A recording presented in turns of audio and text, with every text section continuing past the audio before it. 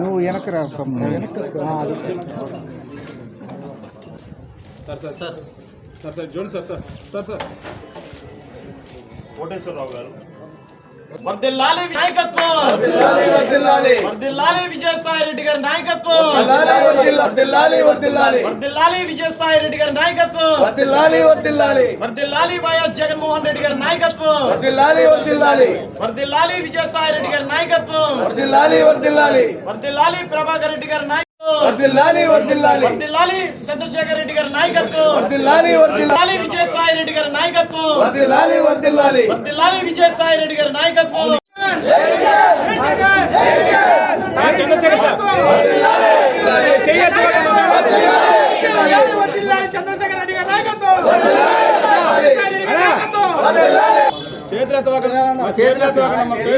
కనపర్తిపాడు నుంచి క్రిస్టియన్ సోదర సోదరీమణులందరూ 100 కుటుంబాలకు చెందినటువంటి వాళ్ళు వైఎస్ఆర్ కాంగ్రెస్ పార్టీలో చేరడం చాలా సంతోషకరమైనటువంటి విషయం.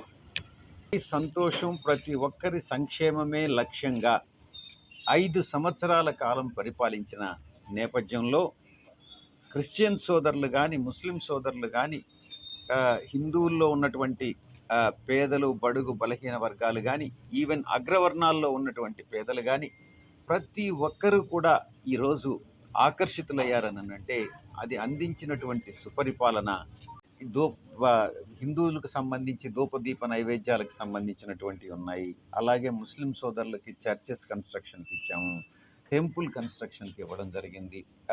నేను చెప్పినట్టుగా కులము మతము లేకుండా ప్రతి ఒక్కరికి కూడా సంక్షేమమే లక్ష్యంగా పెట్టుకొని ఈరోజు పరిపాలన సాగించినటువంటి నేపథ్యంలో వీరందరూ కూడా భవిష్యత్తులో కూడా ఇప్పటి వరకు మాత్రమే కాదు, భవిష్యత్తులో రాబోయేటటువంటి 5 సంవత్సరాల కాలంలో కూడా ఈ వైఎస్ఆర్ కాంగ్రెస్ పార్టీ గౌరవ ముఖ్యమంత్రి వర్యులు శ్రీ జగన్మోహన్ రెడ్డి గారి నాయకత్వంలో ప్రజా సంక్షేమమే, రాష్ట్ర అభివృద్ధి లక్ష్యంగా పెట్టుకొని ముందుకు సాగుతుందని బలంగా నమ్ముతూ ఈరోజు 100 కుటుంబాలు కనపర్తిపాడు నుంచి వైఎస్ఆర్ కాంగ్రెస్ పార్టీలో చేరడం, రాజేష్ గారి ఆధ్వర్యంలో ఇది ఇంకా కూడా మిగతా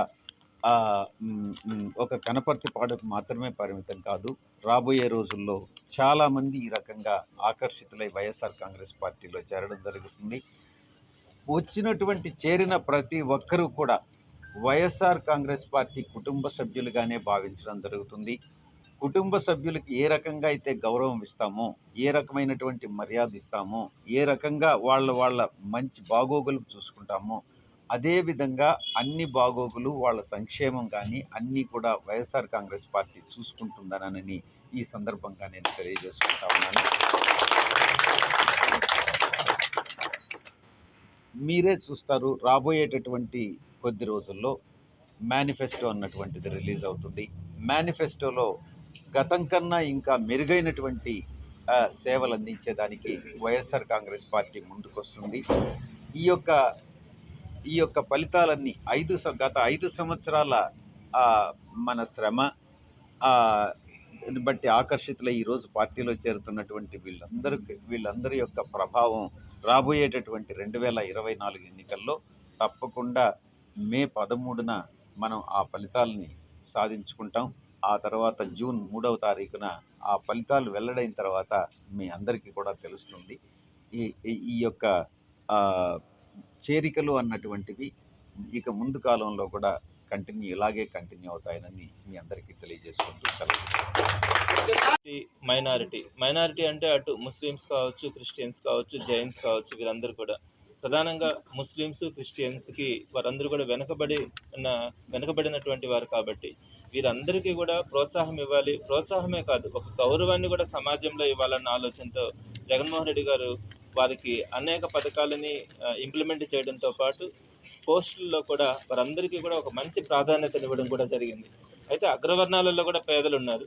పథకాలన్నీ అగ్రవర్ణ పేదలకు కూడా లభిస్తూ ఉన్నప్పటికీ కూడా వీరందరికీ కూడా ఒక మంచి గౌరవం సమాజంలో కలిగేలాగా జగన్మోహన్ రెడ్డి గారు అన్నింటిలో కూడా వారికి ఆ గౌరవాన్ని కల్పించడం కూడా జరిగింది.